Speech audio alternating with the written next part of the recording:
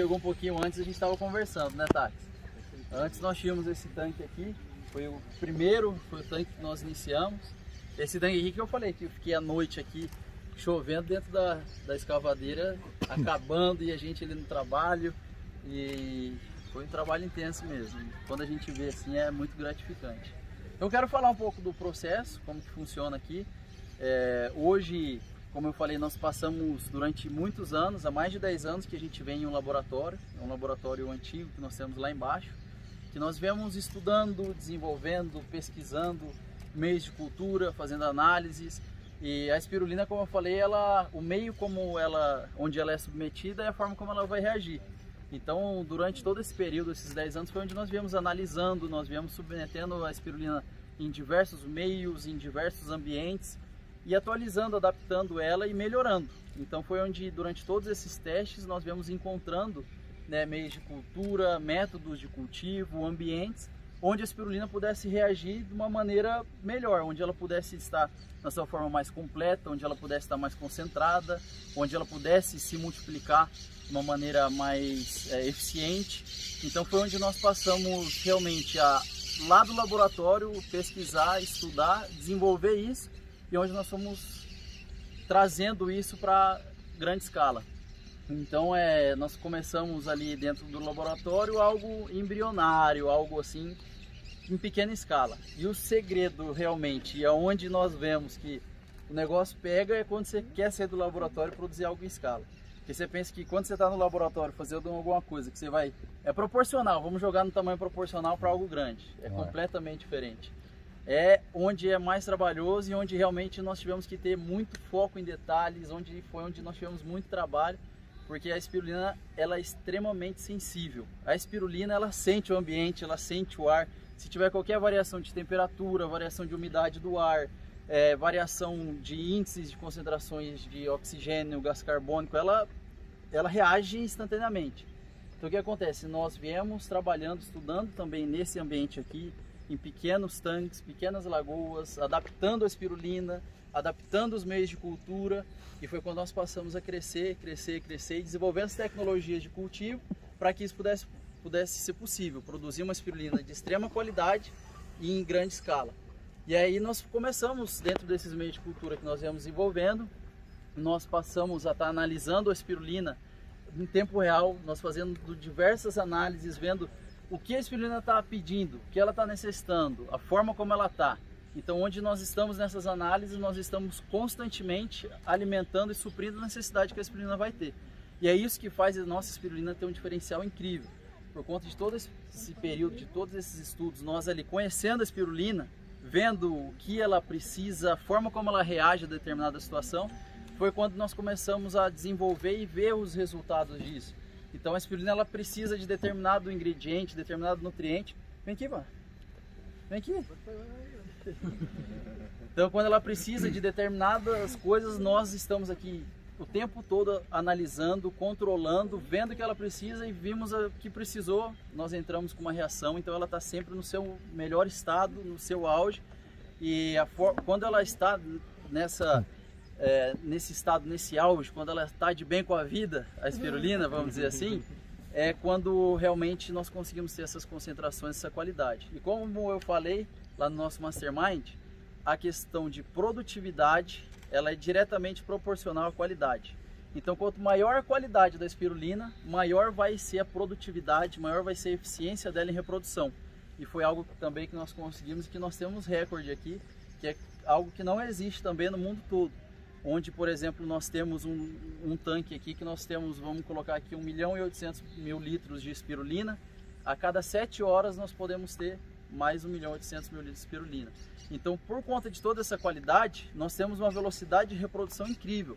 E isso só é viável quando você tem um controle, quando você tem uma qualidade do método produtivo, quando você tem uma alimentação, um meio de cultura, um ambiente ideal para que a espirulina possa estar sobrevivendo. E foi quando nós passamos a estar trabalhando, desenvolvendo, criando, pesquisando. Até hoje, diariamente, nós viemos aprendendo, atualizando e melhorando isso. Tenho certeza que nós vamos ainda bater recordes de qualidade, recordes de produtividade, porque nós estamos diariamente melhorando. E isso daí, o Dr. Breno pode estar falando mais um pouco sobre esse diferencial, né, Messias? Doutor Espirulina.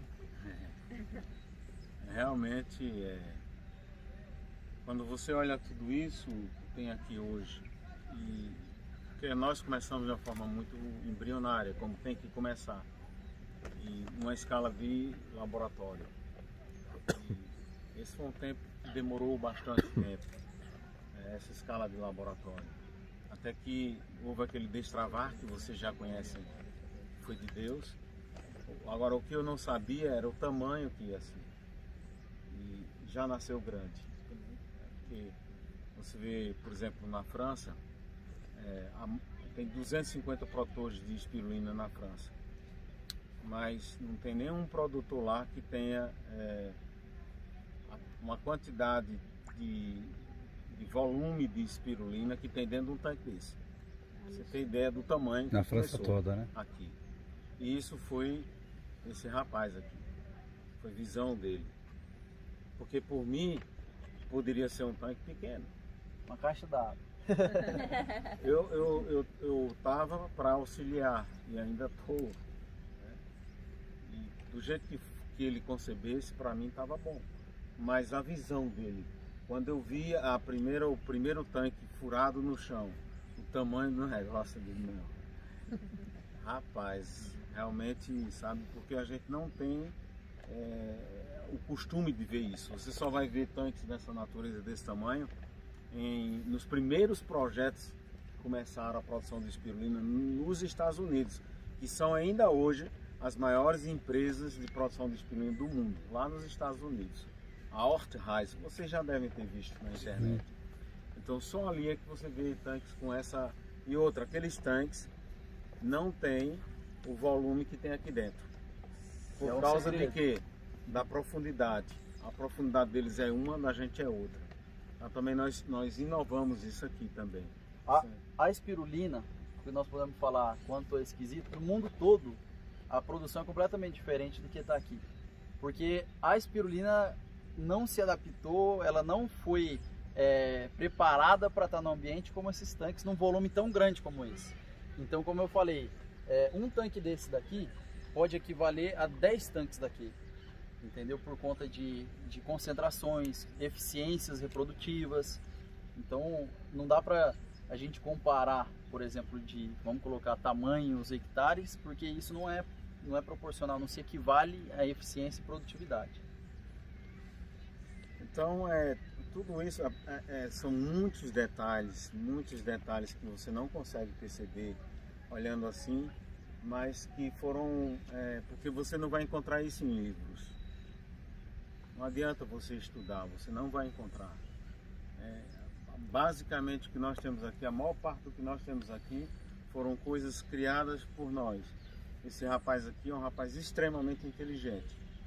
Eu sou professor de universidade e conheço quando o cabo é inteligente, o estudante.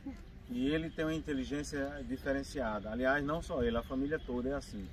Tá? As irmãs, eles têm uma inteligência acima da média. E eu fui percebendo isso logo do começo.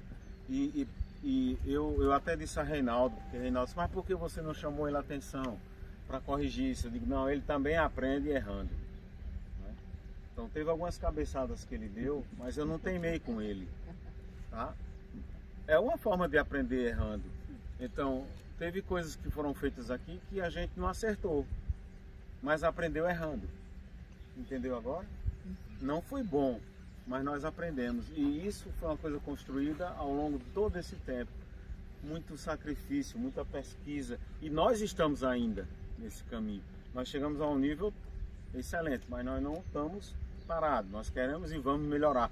Como eu expliquei ontem, a cobertura daquele já tinha comprado. Está ali, vocês vão ver, vocês entenderem que nós não estamos falando nada de blá blá blá aqui. Ele está lá, ele comprou uma cobertura, eu cheguei aqui e disse, rapaz, tu quer melhorar ainda mais a qualidade? Quero. Eu digo, então, use outra. E ele de pronto, ele investiu, não é barato, é muito caro, foi comprado, muito mais do que já tinha, mas exatamente pensando em nós termos uma qualidade ainda superior. E eu quero lhe dizer também a vocês, no mundo não tem ninguém que tenha essa tecnologia de cobertura que nós vamos ter aqui, em cultura de espirulina. Não, é a primeiro no mundo. a usar isso que tem aqui. E a tecnologia de extração dela? Isso daí vamos falar no laboratório. Tá. Realmente, nós investimos muito aqui na parte da cobertura, nós testamos vários filmes para a gente poder estar cobrindo, porém foi quando nós começamos a ter alguns resultados de um determinado filme, foi quando, como eu falei da questão da provisão, quando você precisa de alguma coisa, do nada aparece alguém, tá aqui, fala, nossa, era isso que eu precisava mesmo. E esse filme foi da mesma forma, eu conheci um pessoal de Israel e eles estavam falando sobre tecnologias e desenvolvimento de filmes, né? E foi quando eu passei a falar realmente do cultivo, do processo, método de cultivo da espirulina, as necessidades.